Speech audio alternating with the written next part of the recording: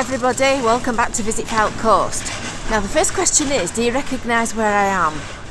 It's a lovely sunny afternoon. I'm in Blackpool and we're going to the Grand Theatre. Not quite the circumstances that I would like to go to the Grand Theatre.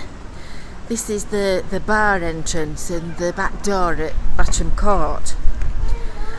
So we're going to go and see Chief Executive Ruth, and we're going to do an interview and have a look round, because this poor lovely building is under threat of not being able to continue because of coronavirus.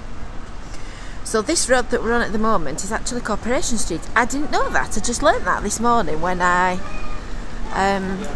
checked the address, because the postal address of the theatre is actually Church Street, and it was built in 1894, so last year was its 125th anniversary. So this lovely building has done 125 years, and it's seen all kinds of different catastrophes and problems and things going wrong and all the rest of it. So it would be an absolute tragedy if anything were to happen to it now. It was built by a guy called Thomas Sargentson, who was a local businessman, and he commissioned Frank Matcham, the world-renowned theatre architect, to design it. So we've navigated out of the sun, and we're going to go and interview Ruth and take a look at what they're trying to do and how we can all help.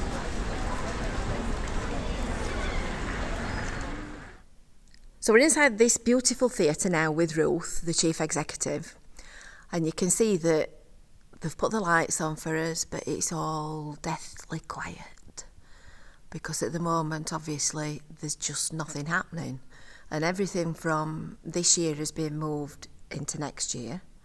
Panto's cancelled, the ballet's not taking place in January, so at the moment things are looking quite dire. So Ruth, tell us, what are you going to try and do about it? Are you looking for grants? Are you looking for donations? Are you looking for some very kind benefactor to drop a nice big sack of money into the auditorium? All those things would be lovely. Things like VAT holidays and the job retention scheme, and also the Arts Council's emergency fund. So we've written a lot of applications to various trusts and foundations throughout this. We haven't had any answers yet, but it takes them a while. In the meantime, we have launched a recovery fund. It's the operation of the building that is the problem, because I haven't got any program on my stage. I can't sell tickets to it. So the postponement of the pantomime, for instance, what we'd really want people to do is have faith that we'll come back and allow us to move their reservations across to December 2021 and keep the faith that they'll be here in a year's time. Yeah, because the building, this beautiful Frank Matcham original, is owned by the Friends of the Grand Trust. Is that right? Yeah. By the Grand Theatre Trust. Sorry, get that right. So the building is safe, but obviously the building costs money to operate. And what are we going to do if we can't put the lights on and we can't turn the heating on and we can't hold events here?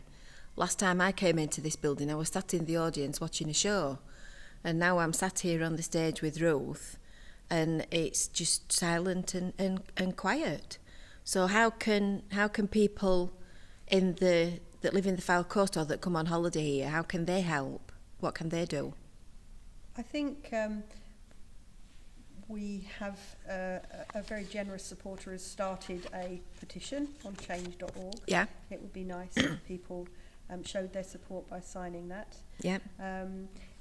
Back to if you can't buy a ticket because you're a visitor and you can't make a donation, if you're buying stuff on Amazon, use Amazon's Smile and nominate us as the charity of the choice, Yeah. and then we get a little percentage of that as well. Yeah. So as you say, it's not the building that's a challenge, it's the operation.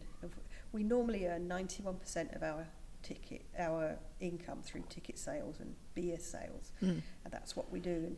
And the whole of the theatre industry has been being weaned off subsidy for years and years, and we happen to have been really good at it.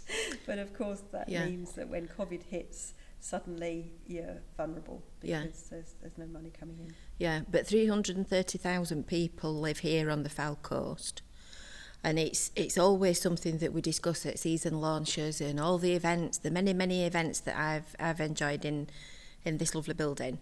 That people that live in the local area need to support their local venues, because, you know, they say if you don't use it, you lose it. So really, all of those people that helped the theatre to survive last time it was threatened with closure, if they could show their support this time and make a donation and just even put a little bit of money into the kitty.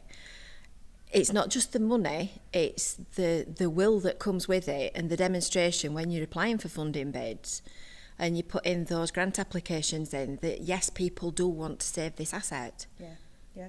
That lobbying side of it and being able to show that the community values you is absolutely right. But apart from the fact that this is an institution that people come to watch shows primarily. Yeah, it's a shared experience. It's also an important historical building within this town. Oh yes. You know, so it's got a big. Yeah. It occupies a big place, even though to look at it from the front, you're not that aware of how big the building actually is. But it occupies a big space in this town. Yeah, I agree with you. In many ways. There's only 23 functioning Matcham theatres left. Is there really? We built hundreds and hundreds, but they weren't built to last. I mean, your average Victorian theatre only stood for 13 years. It would burn down because of the gas lighting or the candles, and then they'd rebuild it. So for this to be 126, I think Matcham would be like not rolling in his grave so much as just amazed, because it wasn't meant to last that long. Yeah. But yeah, you're right. Of course you're right. It's a historically important building. Yeah. And Blackpool's blessed with, a plethora of really important buildings. Yeah. And of course we've got lots of development and regeneration going on, but the nice thing about the town is that all these different styles and periods and times all weave together just in exactly the same way that the coronavirus episode is going to leave its mark on how history progresses from here onwards. Yeah. Yes, it is. Yeah. I think for the theatre industry, it really has exposed some fault lines in the way we work. I mean, 70% of the people that work in this industry are freelance, and they move around. So, lighting designers, choreographers, set designers, all those sort of things. And the uncertainty for the industry is that they might decide to go elsewhere and, get paid more, and we lose all the skills. That's a real worry for us. Well, we'll keep our fingers crossed, and we'll hope that, as they say, it all comes out in the wash, because it would be tragic if it didn't, wouldn't it? Yeah, thanks ever so much, Ruth. So we've come down into the auditorium now, and we're just going to have a look around, and then you see the other side of this amazing building. I must say that standing up there on that balcony is, well, it's a sight to behold, because it's a very long way down. And we've already established that I'm not very good with heights. So this was the first fully electric theatre that opened on the 23rd of July, 1894. So last year it celebrated its 125th birthday, and I was actually sat just over there in the audience when, I think probably all of this ground floor seating was full of people from Blackpool and the area, all celebrating with them and enjoying the fact that they'd got so far into their history. The future was bright. Last year saw the first in-house production around the world in 80s days, which I came to see that, and it was a really good show. It was the first fully electric theatre when it was open. So it took 9 months to build at a cost of £20,000, and at the moment the monthly wage bill is more than 75 grand a month. So you can see how times have changed and how big the problem is. And it's just so beautiful when you stood inside the auditorium. I mean, you can't get the shape and the scale of it properly looking at it on a video, because obviously it's on a landscape screen, and it's an all surrounding experience when you hear used for British premieres for 40 years. It was used as a cinema during the winter of the 1930s. We've seen so many different uses over a period of time, so hopefully something will come out of this debacle and another new use will be found for it. The first summer season was held in 1940, and I'm sure everybody's been to summer seasons.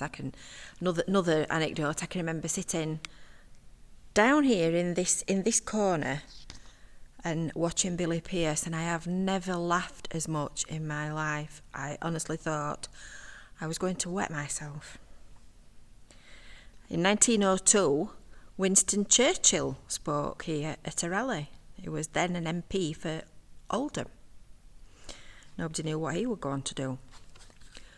So hopefully with your help and with a bit of luck and good management, something will come out of it and this lovely building will be saved.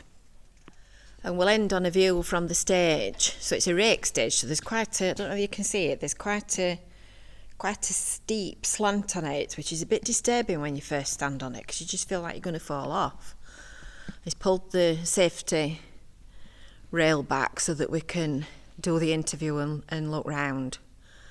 Can't say it, standing here and performing is something that I would want to do. I'm much happier with it empty. But it's such a beautiful building, and it would be criminal if it were to close.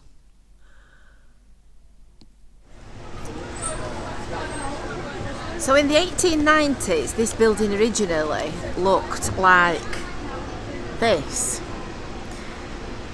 A circus had been held here for a few years when Thomas Sargentson first set up business, which eventually got rebuilt as the Grand Theatre that we see today. And then in 1972, the then owners, the Tower Company, applied for permission to demolish it and build a Woolworths, of all things. And the Friends of the Grand and the local community and the council and EMI and Uncle Tom Cobley all rallied together and saved this building from a fate worse than flattening. So hopefully that's what's going to happen this time. Everybody's in the same boat, everybody's got the same kind of problem with the onset of coronavirus and all the restrictions and the social distancing, and obviously with the capacity down to 200 people, they're not going to be able to function economically and put shows on in the way that they should be able to do. So hopefully something will transpire, and we'll keep our fingers crossed, and we'll do what we can and help in the campaign to preserve and protect this beautiful building. So don't forget, make sure that you've subscribed to Visit Fylde Coast. Make sure that you've hit the bell for notifications. Just let the bus go past. And don't forget to sign up for your weekly email newsletter. Lots of videos, lots of interesting stuff, lots of things from Blackpool Town Centre to follow. You have a lovely day now. Bye.